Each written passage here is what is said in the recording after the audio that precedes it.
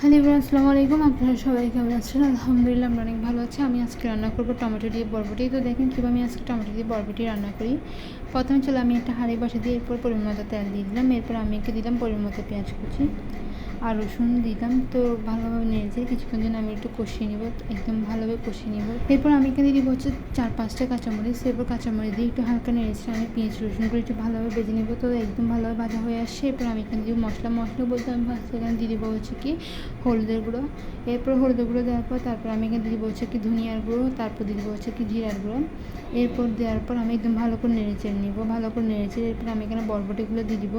তো এবার আমি বরবটিগুলো দেওয়ার পর একদম ভালো করে নেড়েচেড়ে মিক্স করে নেব, একদম মশলার সাথে ভালোভাবে নেড়েচেড়ে মিক্স করে নেব। তো এবার কিছুক্ষণ ঢাকনা দিয়ে রাখবো, ঢাকনা দিয়ে আবার এসে ভালোভাবে নেড়েচেড়ে নেব। তো কার কার এরকম বরবটি ভাজিয়ে ভালো লাগে রান্না করে খেতে, তারা কিন্তু অবশ্যই কমেন্ট করতে ভুলবেন না। তো এদিকে হচ্ছে আমি টমেটো দিয়ে দিলাম। তো টমেটো কুচি দেওয়ার পর হচ্ছে আর একটু ভালো করে নেড়েচেড়ে নেব। তো একদম ভালো করে নেড়েচেড়ে নিচ্ছি। এরপর ঢাকনা দিয়ে ঢেকে রাখবো, ঢেকে রাখার পর আর একটু কিছুক্ষণ পরে এসে একটু নেড়েচেড়ে নেব। তো আস্তে আস্তে আমার বরবটি রান্নাটা হয়ে আসবে। তো কার কার পছন্দ অবশ্যই কমেন্ট করতে বলবেন না। আমার তো এরকম বরবটি রান্না খেতে ভালো লাগে, তাই আমি একটু আপনাদের সাথে শেয়ার করি।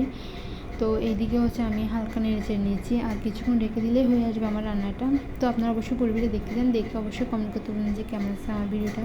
তো মূলত হচ্ছে আমার ভিডিও এখানে শেষ, রান্না কমপ্লিট হয়ে গেছে, এবার চলো রাস্তা বন্ধ করে দিব। তো আমার ভিডিও এখানে সবাই ভালো থাকবেন, সুস্থ থাকবেন। আল্লাহ হাফিজ, টাটা, বাই বাই।